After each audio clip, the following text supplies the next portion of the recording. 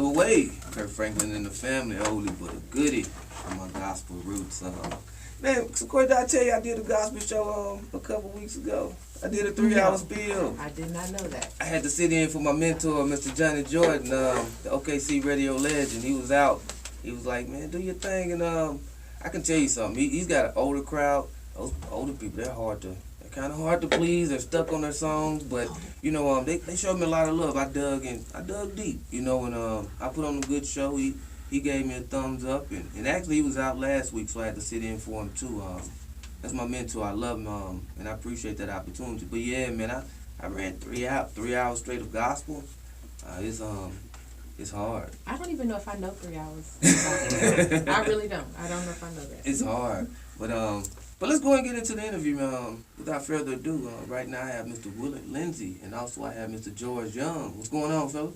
Hey, good morning. Thank you so much for allowing us to come and share. All right. First up, we're going to go ahead and let you guys introduce yourself to the people. Give them a little bit about yourself and what you got going these days.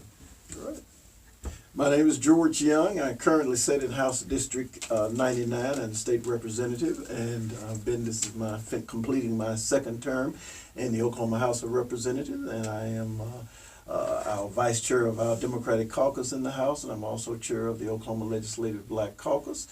Prior to going into the House of Representatives, I had pastored for 30 years, 2 churches, one in Boley, Oklahoma, Antioch Baptist, and the second one where I completed the last 15 years was at Holy Temple Baptist Church. I retired in 2013, and things kind of moved around and opened up the possibilities, and something I wanted to do back in my past. I got bitten by the political bug back in Memphis, Tennessee. Okay. Harold Ford had won his first Congress seat, the first African American, and all of us got bit by it, and so it has been a really great experience for me to be able to fulfill that wish and desire, and then to be at a point where I could do it in a way that other things didn't impinge upon it, like trying to move on or move up, but just trying to do the best I can where I am. So I'm very excited about the possibilities now of running for Senate District 48 and what can occur for Northeast Oklahoma City and Oklahoma in this new role.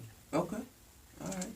Okay, and I'm Williard Linzy. I'm a long-time Oklahoma City resident. I guess I've been here 60 years. So I was born in 1958. Attended elementary school at Inman Page and up through Moon Junior High. And as we were talking earlier, I ended up at Southeast High School.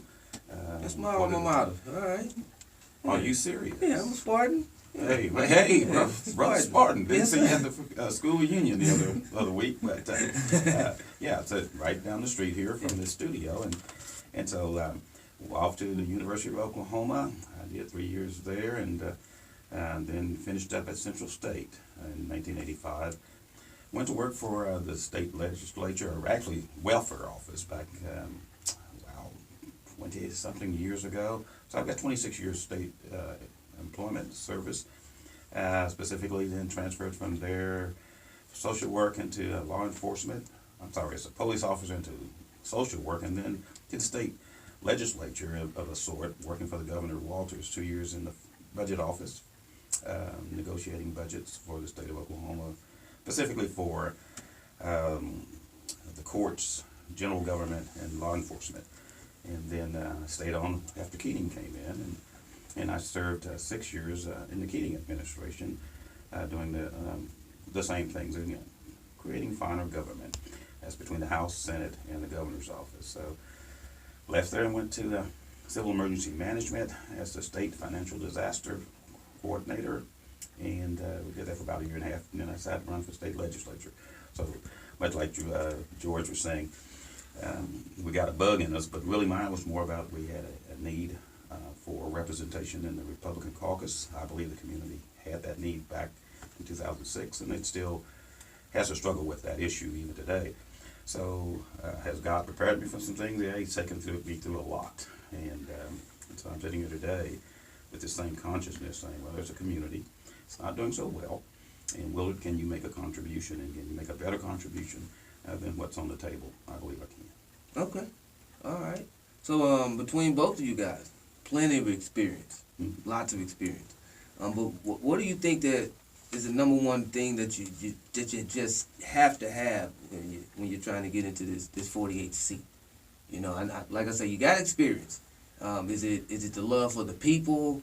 Is it the problem that you've seen that has been going on for a long time and that needs to be changed? I mean, what is it that you think that you need for this seat, for this area? Either or. You need the directors. Okay. I went first last time. Yeah. Yeah. Okay. Y'all Let's go back and Yeah, forth. I went first last Yeah, time. yeah. Yeah. Well, I tell you, like I said, a longtime resident of the city of Oklahoma City, was born here in 1958. I've watched our city, specifically Northeast Oklahoma City, that's the district in which I've lived in, go from a state of opulence to a deteriorating state. The transitions after the 1964 Civil Rights Act, we went through some transitions as black dollars left our community through integration, U.S. integration policies. We saw the decline of Deep Deuce, of 4th Street. I've watched the actual decimation of the black economic centers on Northeast Oklahoma and the Northeast Oklahoma City Center. So when I talk about what do I see as a problem, we began to struggle. We actually didn't start electing African Americans into the legislature until the 1960s. And since then, like I say, you have the likes of E. Melvin Porter, Vicki Miles LaGrange, Angela Munson. Those were the legacy years under Democrat rule. And while it wasn't the best of times,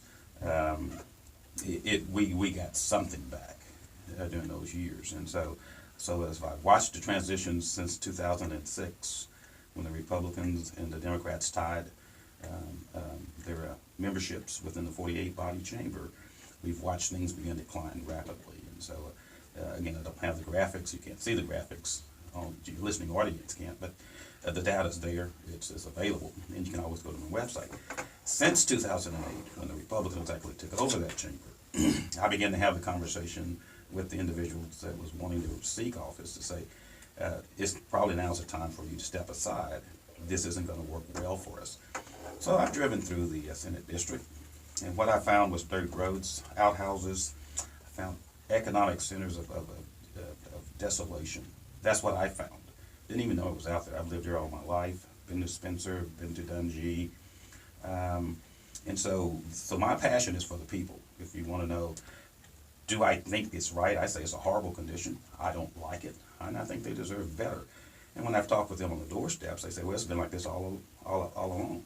I said, really? No one's ever taken a champion to the cause that these conditions should not be existing in Oklahoma County? And I feel that way. And so there's a point of apathy, but there's also a point of excitement when they say, well, someone at least came out here. No one's ever came out here and talked to us. I said, well, so you just been voting straight party Democrat and electing folks who never even come and ask for their vote? He says, well, yeah. People are literally saying yes. Well, they recognize that. So what is it for the people? I'm sorry, I just don't think African Americans, and again, this district is made up of Hispanics, white people, but predominantly African Americans. I don't think these conditions should exist, and I don't think we should go any further with it. I think we've gone too far down the road already. Okay. I think we've got a very vibrant community. I think our community is still growing and developing. Have there been some things that have occurred over the years that have not been beneficial to us? Of course they have. we've seen cultural changes such as the decline of the family structure. But as a pastor here in Oklahoma for 30 years, I've seen us make some really, really great strides. And part of those strides have been what Brother Williard was talking about, electing folk of color into positions of power. That was something that hadn't happened prior to the 1960s. And so that's a plus right there. You can see the community itself. If some things happen that we didn't keep our eye on and make sure that didn't go right, yes. But there are also some things that have occurred that have lifted this community up. There are resources in this community that we have not tapped yet. One of the things that's very important to me is education, and early childhood education is very important, because if all of us look back, we'll know that from kindergarten, before Head Start started, I was kindergarten, first grade through the third grade, those are the most important years of a child's life when it comes to learning. And if we do not get a grip on that, if any of us can stop and remember kindergarten, first to third grade, we had teachers who cared, teachers who were helping us. We had family members who were helping us. Education is still the key. We still have the opportunity to make some great strides. You asked 2 minutes ago, why would I want to be actually now serving in the House of Representatives. Why would I want to be Senate District 48? Because there is a need within the lives of people to see that we can overcome. We talk about the bad things enough. There are some really exciting things going on. Communities will change. Our job is to help the people, the constituents in the communities, to change with it so that we can benefit from it. We've got to get from those things that are happening. Some things you're not going to be able to change. You know, I was not here around when Deep Deuce converted over. I see the results of it. I've read the history of it. I see that same thing happening in Northeast Oklahoma City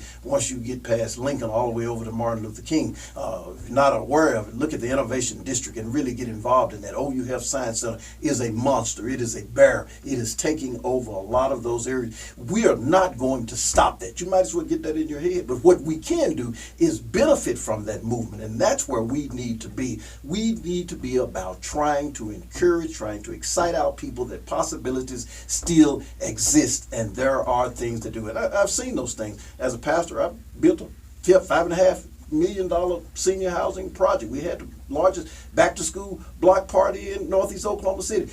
We can do it. And so that's why I'm in it. I believe in this community. I believe in us. I believe that we can make a difference and we can still overcome. Okay. Yeah, and I mean, and even I'm going to piggyback off of what you were saying. And I spoke to a few people, especially when you say, you know, in the Deep Deuce and some of the 23rd area, we see a lot of changes going on in that area. But one of the things that a few of my friends said, that some of these things and these changes that are going on, they're outpricing us. You know, we don't have access to these things financially.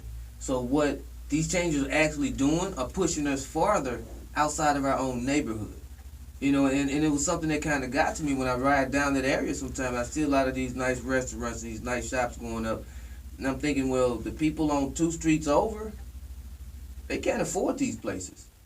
So now they're taking money even farther away. So now it's almost as if, okay, I understand you're improving the area, but who are you improving it for? This doesn't reach me. What do you tell people like that?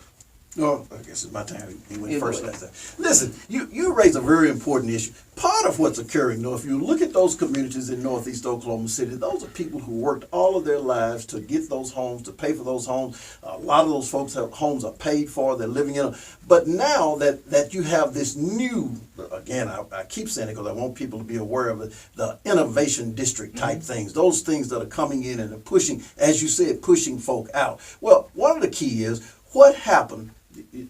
And mark this, Oklahoma City Public Schools will be closing some schools because of enrollment down, particularly in our district. They're going to be closed. We need to get ready for that because that's going to happen. But why? Because people of childbearing age have moved out. Those folk who have accessed the system and the resources and done better have moved out. My point, again, is those things are going to happen. We cannot stop those things from happening. What we ought to do is benefit from them. So how do we help those folk who are living 2 blocks over to be able to access some of those things? Well, one is some of those folk are seniors. Most of those folk are seniors. Most of the folk who are not seniors are just folk who got left and did not access education, did not access opportunities. We've got to open that up. It's really about bringing folk opportunities and possibilities all over again. We cannot stay where we are. We cannot fight that movement, but we can change things. You got one of the greatest educational facilities in the state of Oklahoma for people who are challenged. That is, Metro Tech is right over there. It has opportunities galore for people, and we are not pushing folk enough to go in there and to get in some of those programs, to be able to stay in the community, to be able to buy homes in the community, to be able to go to those restaurants in the community, to be able to get their children into the places they want their children to be, to have the hope and the opportunities there before them. We can keep running, but I'm telling you, it's going to catch up with us again. And so part of that is, how do we stop and say, hey, what is our responsibility? What are we supposed to be doing to access the opportunities so that we can do better? And it can occur. It's just going to take some time. And those are the things that I'm pushing over and over again. Be aware of what's happening, but not only be aware, what can you do to change some of those things? What can you do to access the opportunities and possibilities that are present in our communities right now? Yeah.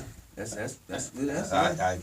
I'll take some of his talking points because I do agree with him. And unfortunately, I see it from a different perspective. I think this community has to begin to ask some much more deeper questions. And it's not about the transition. The gentrification is a real issue. And Oklahoma is not unique. We saw this happen all up and down the East Coast and in large cities where there was African American centers of commerce. They all went into decline and were taken over at subprime levels, meaning that pennies on the dollar. And I think that the exchange and the transfer of title and ownership from the folks who scratched existences out in the early years, paid prime dollars in their day to acquire the title to that, are now elderly. They're on fixed income.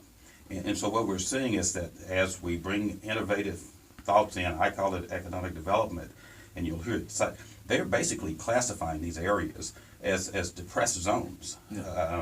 And thus that even lowers the value of the land. Yeah. Even more. When you lower the value of the land, there's a principle said, buy low, sell high. Sell high. And so thus it positions that area of the city for recapture, if we might say. There's a real effort to take the east side back. This particular race itself has tentacles that reaches into how do other individuals that are non-indigenous to the Northeast community get access to purchasing the land or developing the land. And yes, these elderly folks, sometimes they sit there on a 20-year plan and they wait for them to die, so that they'll pass it to their children. African Americans have some systemic issues that have been bred way back before we called ourselves civilized, and I'm going back to slavery. And I will still say that the effects of slavery are not short-lived. They're not eradicated over 1-2 generations. It takes years. Young folks today will take land that is inherited from their deceased parents who fought hard to earn that money to buy it, and they'll generally sell that stuff.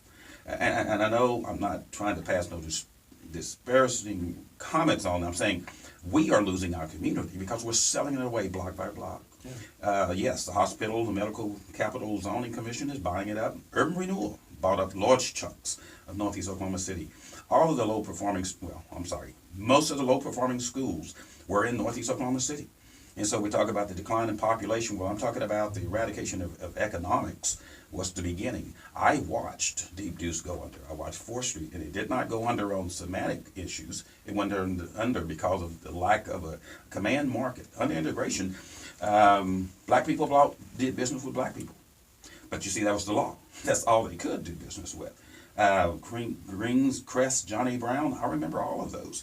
So if I talk about the experience today, what's happening on 23rd Street, it's no different. We don't control the capital. We control the dollars in our pockets. Yeah. But black people have a difficult time in Oklahoma City spending money with black people. And so white people are coming in, if we would say, I'm going to use those are colors, those are not nationalities, and they're buying up the land dirt cheap. And it's being brokered by folks we're electing. They are setting the tone for that, declaring their own communities blighted areas. Serious business. Presenting petitions to governing bodies, city councils, or state legislatures that says these are going to be zones that we consider deteriorating. How did they get there? Lack of control and access to capital. And so, yes, on a fixed income, I cannot paint my house as much as I probably should, so the city comes in to begin to cite folks. We also saw at the city council level where they came in with what they called aggressive or targeted code enforcement. What does that mean? What does that look like? What's the touch and feel of that? That's a way to interpret it. But again, it's legal. But it's legal. They said, I got a code here that says you have to keep your grass a certain height. If you don't, I'll cite you. $100 a day. Did they just tell you they can't pay their electric bill?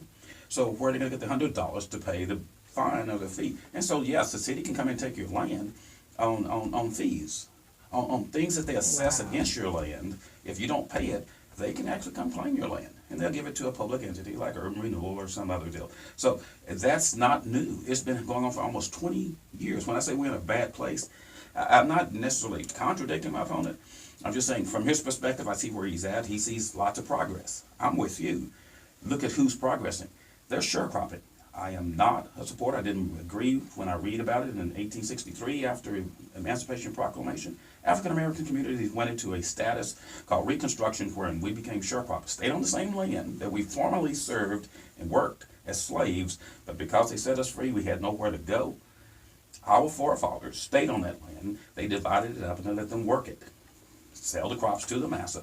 and then he would give them so much, and as we know, it was an economic imbalance. Yeah. They always owe just a little bit more than what he charged to do. So I watched 23rd Street, proud to see that, but I'm very disturbed that all the economic development projects that ISO floated out here in the last 6 years basically had white faces on them. It meant that the black people either could stay on as sharecroppers or they could go away. They have to make that choice. I'm not sure that is the right way to go. I agree with my opponent. We probably cannot stop it. I sure as hell are going to fight it to the very bitter end. We'll slow it down as much as we can. But simply saying, we don't have the capital. They say we should go back and get deep dues. Can't. We sold that off for $2 million. That asset down there is probably $200 million today. This community cannot. We cannot go back and reclaim that sort of stuff. We don't have the depth and capacity economically to do it. Best thing we can do is hold on to these assets while we have title. And let's see how we can get our folks back involved in doing economic development. But again, my district is one of the poorest ones. You would swear you were out in Atoka County on a rural dirt road in some of these parts of my district. It's just unconscionable. So there's a lot of things happening. Education is important, but I'm telling you, those schools were low-performing schools, and they were low-performing schools for a reason. I think that education model was broken. I believe that there was not enough attention given to the education of black children, not 2 years ago, almost 20 years ago. And again, I was sharing with you, I went to Southeast under the finger plan, forced busing. That was the beginning of the decline. They took the best and brightest out of our community. The teachers that loved those kids and believed that they can learn and wanted them to learn insisted. I remember getting a rubber tube back before there was corporal punishment. I'm not going to call her name. She's dead and gone. Well, you can't sue her now anyway. But I remember Johnny thought he could not learn math. And I got a swat across my back and my brain kicked right in. I'm good at math even today. And we're going to talk about numbers because I know numbers. So I'm saying our community was decimated. And I think that's where we have to find a way economically from a political standpoint to bring the community back together, not just invite people into the community to gouge it, to exploit it. How do I get this community back together with the control of dollars at the public level? And that's what I will be exploring, how we do that. All right. Like, pretty good answers on both sides. Good information. Yes, it's a lot of information too. But we're gonna go into a real quick break, real quick. We're gonna come back and pose a few more questions. But right now I have Frequency by Janae O'Coop. You're listening to the All the Above Show, 890 AM, FM 103.7, and streaming live at KTLR.com.